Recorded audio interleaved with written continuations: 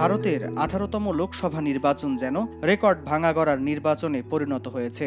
ইতিহাস গড়ে প্রথম মুসলিম নারী বিধায়ক বা এমএলএ পদে নির্বাচনে অংশ নিয়ে জয় পান 32 বছর বয়সী নারী রাজনীতিক সোফিয়া ফেরদৌস। কংগ্রেসের প্রার্থী হয়ে ওড়িশার বারাবতী কটক আসন থেকে নির্বাচনে অংশ নেন তিনি। এ যাত্রায় বিজেপির পূর্ণচন্দ্র মহাপাত্রকে 8001 ভোটের ব্যবধানে পরাজিত করেছেন Sophia Ferdous.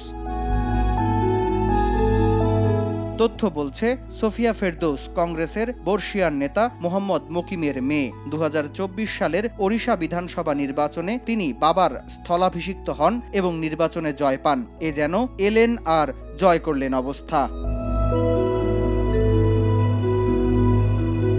Kalinga institute of industrial technology থেকে সিভিল ইঞ্জিনিয়ারিংয়ে পড়াশোনা করে ডিগ্রি অর্জন করেছেন সোফিয়া। 2022 সালে ব্যাঙ্গালোরের ইন্ডিয়ান ইনস্টিটিউট অব ম্যানেজমেন্ট থেকে এক্সিকিউটিভ জেনারেল ম্যানেজমেন্টে উচ্চতর ডিগ্রি অর্জন করেন তিনি। 2023 সালে Confederations of real estate developers association of ইন্ডিয়ার ভুবনেশ্বর চ্যাপ্টারের সভাপতি নির্বাচিত হন সোফিয়া। এই সংগঠনের নারী শাখার পূর্বজনের সমন্বয়ক হিসেবেও কাজ করেছেন তিনি।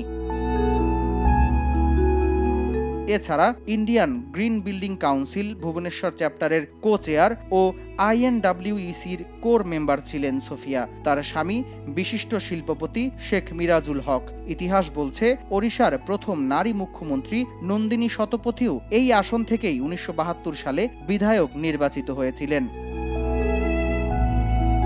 এক প্রতিক্রিয়ায় জয় পেয়ে নিজের আত্মবিশ্বাসের কথা বলেন সোফিয়া ফেরদৌস। এছাড়া নারীদের বেশি বেশি সামনে এগিয়ে আসা উচিত বলেও মন্তব্য করেন তিনি।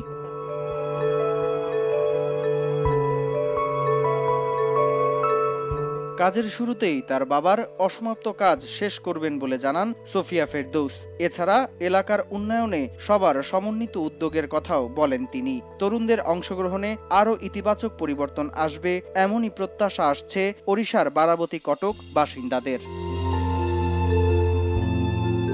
সামদানি প্রত্যয়, RTV।